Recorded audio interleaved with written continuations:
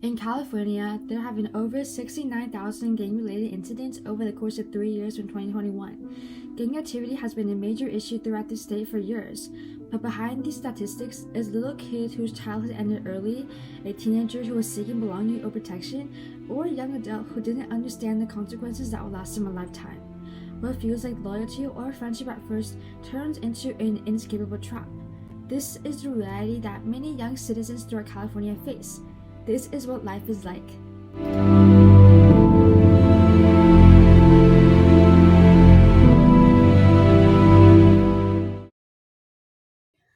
Across the Golden State, young people are drawn into gangs at an alarming rate, seeking belonging, protection, or financial survival.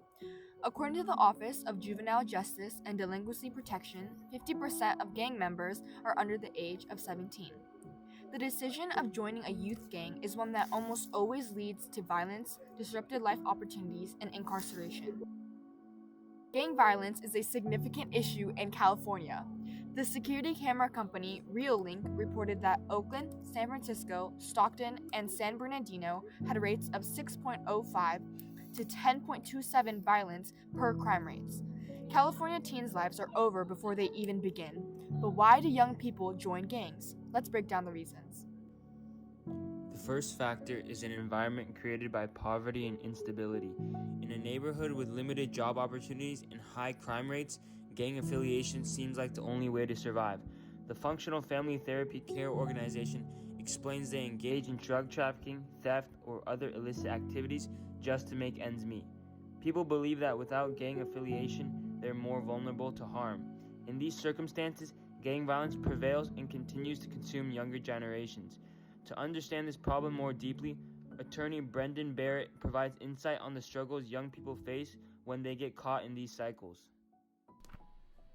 I've been working gang cases for like 10 years. It's my favorite type of case. I genuinely love them. And, gang affiliation comes in dozens of different rationales, but usually it's because there's not a lot of other available, convenient, free community associations to join up with otherwise. And so, for me, my general notion is that leaving these gang environments is difficult because it is your neighborhood, and it's a lot of times these are the kids I grew up with. These are the only people I know. You're not really able to just say I'm leaving my neighborhood. You don't have the resources to do it or the desire to do it, and there's nowhere else to go. In addition, Mr. Barrett explains high rates of incarceration due to gang violence is not solely the fault of gang members. It is a systemic failure. You commit a crime, you do the punishment. That's the justice system. But in California, since the 90s, we added this new rule that if you commit a crime, but you're a member of a gang, you get either +3, +5, +10, or +life on top of the charge. So you're not getting punished for the crime that you commit. You're being punished for the person and community that you're from. The consequence of failing to prevent gang violence is widespread all throughout California. Here we are in San Francisco, across the city of Oakland, which is the center of this crisis. From 1995 to 2017, this city averaged over approximately 107 homicides every year due to gang violence. This is a rate that was 6 times higher than the rest of the state of California and the national average.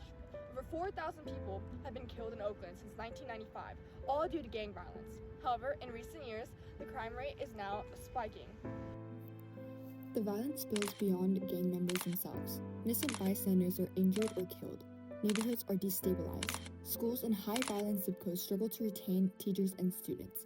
Entire generations grow up believing that violence is just a fact of life, and that belief becomes a self-fulfilling prophecy. But gangs are no longer just the problem of those who live in crime-ridden neighborhoods. Along with the violence that comes from gangs, there are economic costs of gangs. According to a report done by Stanford University, the economic impact on the criminal justice system and the public attributed to gangs in California may total to $1 billion per year at present time. This issue is costing the economy and costing lives. A solution must be enacted. From the Morales law firm, attorney Chris Morales explains, youth finds windows to include themselves in gang-related activities, whether that being with their peers or individually. To enact these changes, funding for recreational programs that encourage arts, sports, and music are significant. For far too long, we have allowed gang violence to ruin teenagers' lives. However, there are proven strategies that could counter this. The California Community Violence Interdiction Grant Program, a bill currently in Congress, will allocate funds towards the teenagers and young adults who are facing danger as a result of gang violence and are struggling to get out of it. We need you to vote in order to save these young children and give them a chance at life. Additionally, nonprofit support groups like Omega in San Francisco, California are working on the problem. Here is the Alive and Free Omega Boys Club that advocates for young people affected by gang violence and helps them avoid incarceration and negative outcomes in the future. Right here is the Omega Boys Club, as you can see, and it was funded and created in 1987 by Joseph Marshall Jr. and Jack Jaquak. It is an organization that helps thousands of youth go to colleges and including alumni such as Shaman Walton, who is currently the San Francisco Bay Board of Education president.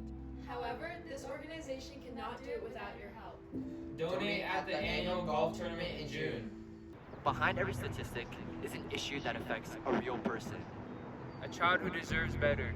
Someone who is affected by the environment they live in. The disappearance of future opportunities in an instant. Gang violence is the product of choices. However, currently in the status quo, they don't have an escape route out of that dangerous community. We must change that. This is Beyond the Block, and the story is not over yet.